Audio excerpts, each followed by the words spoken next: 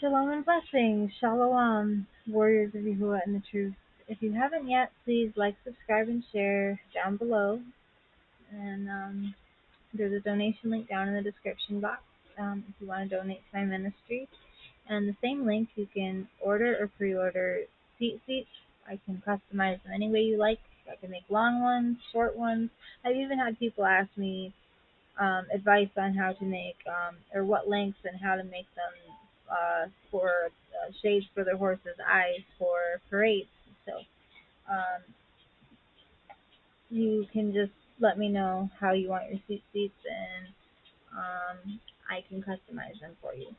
Me and Bella Beanie just couldn't miss out on today. We didn't want to miss a day of making videos for you guys. Another day this week, anyways, because I woke up at it was 3 or 4 in the morning, or no, I woke up at 4 or 5 in the morning with bad gum pain all the way through here up into my jaw area, and it went in pain in my ear, and I had pain right here in my temple area, and then it was off and on most of the day, and then it started getting better. So I figured I'd come on and do a video with you guys. And we are all here for the same reason, for all the esteem and all of the love for our Abba Yahuah. Okay, so, and we know it's getting closer to the last days. We are in the end times, and we all need to be vigilant, and we all need to seek out the truth and know the truth. And the truth will set you free.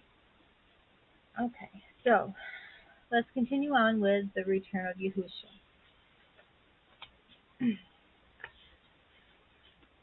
We are on warning the disorderly. A brother transgressed against is a strong city, and contentions are like the bars of a citadel.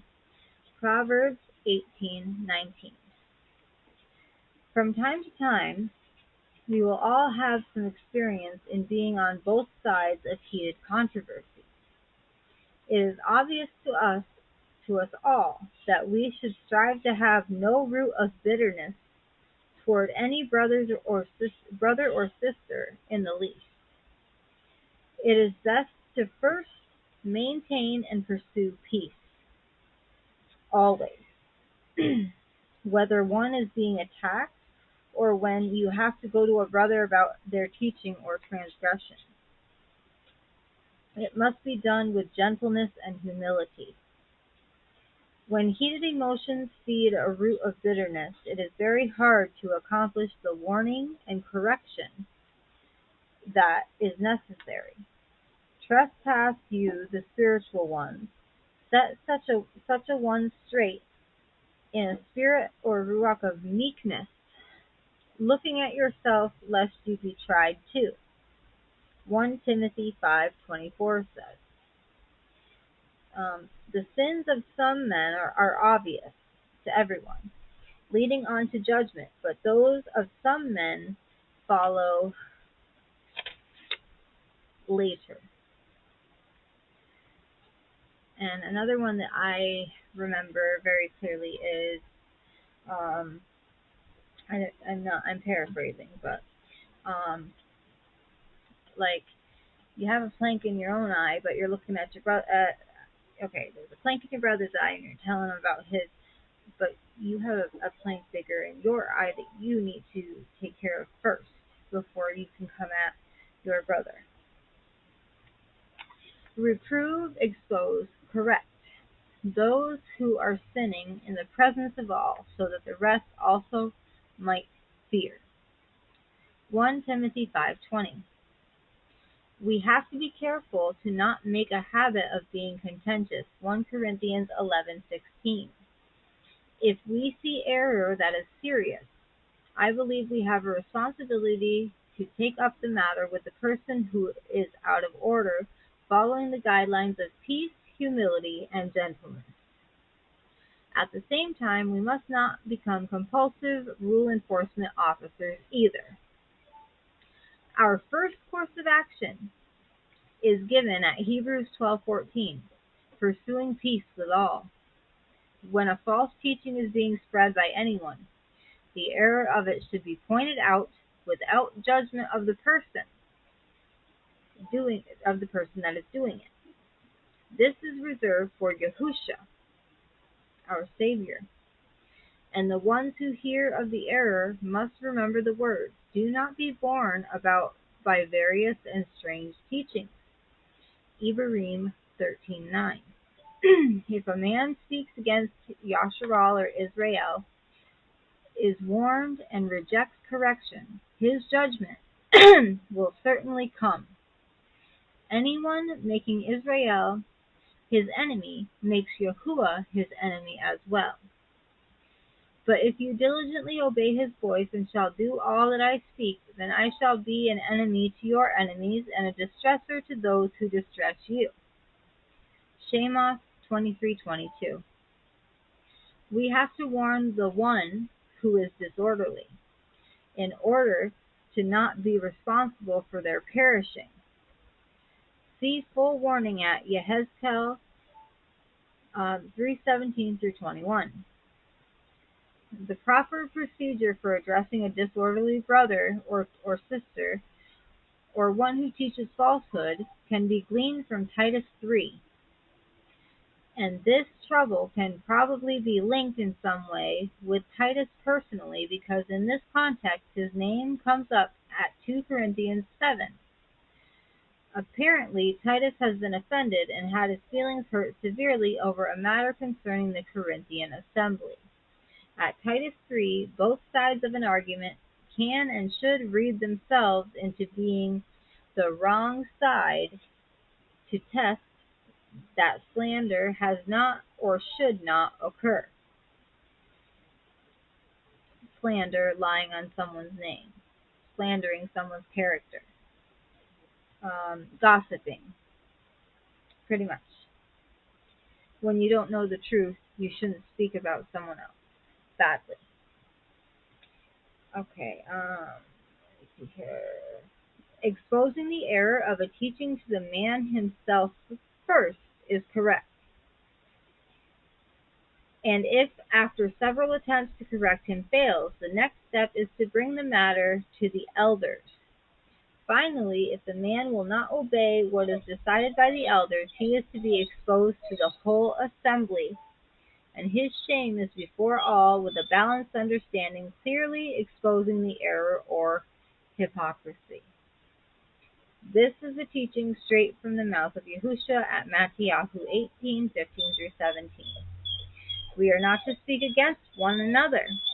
We're brothers and sisters of Yahusha.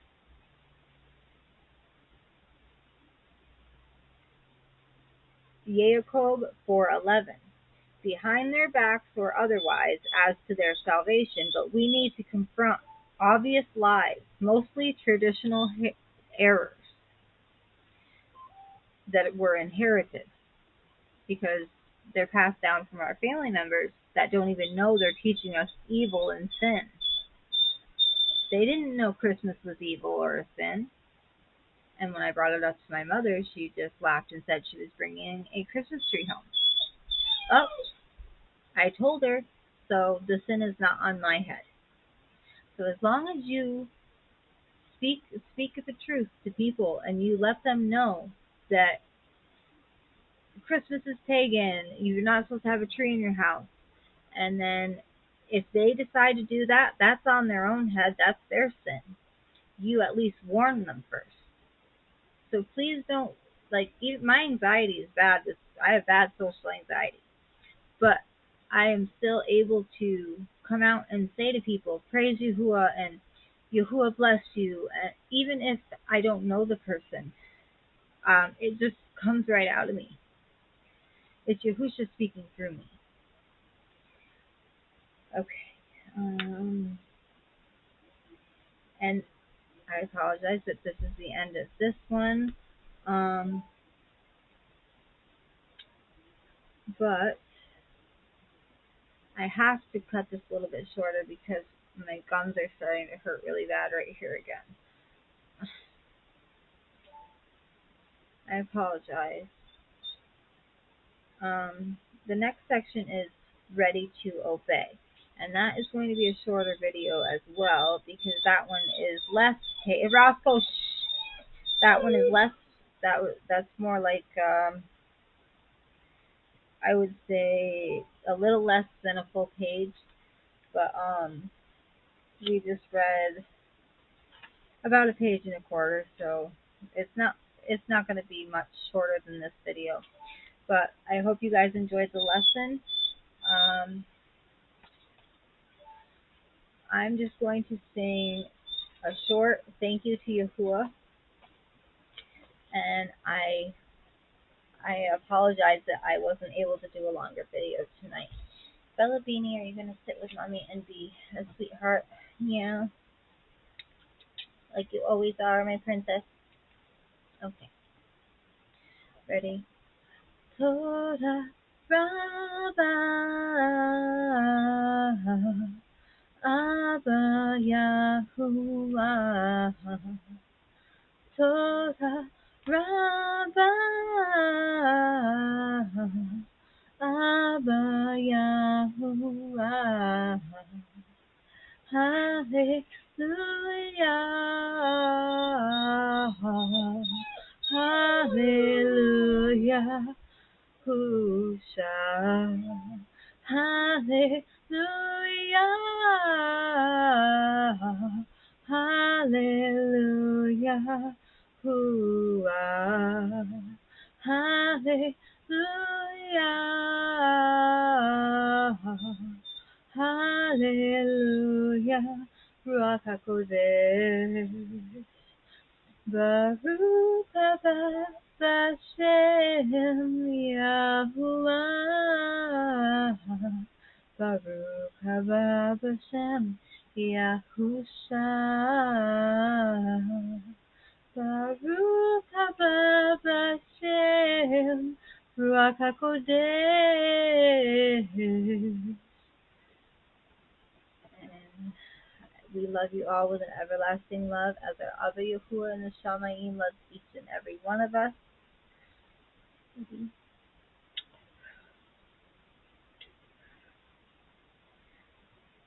Shalom, shalom, shalom, until next.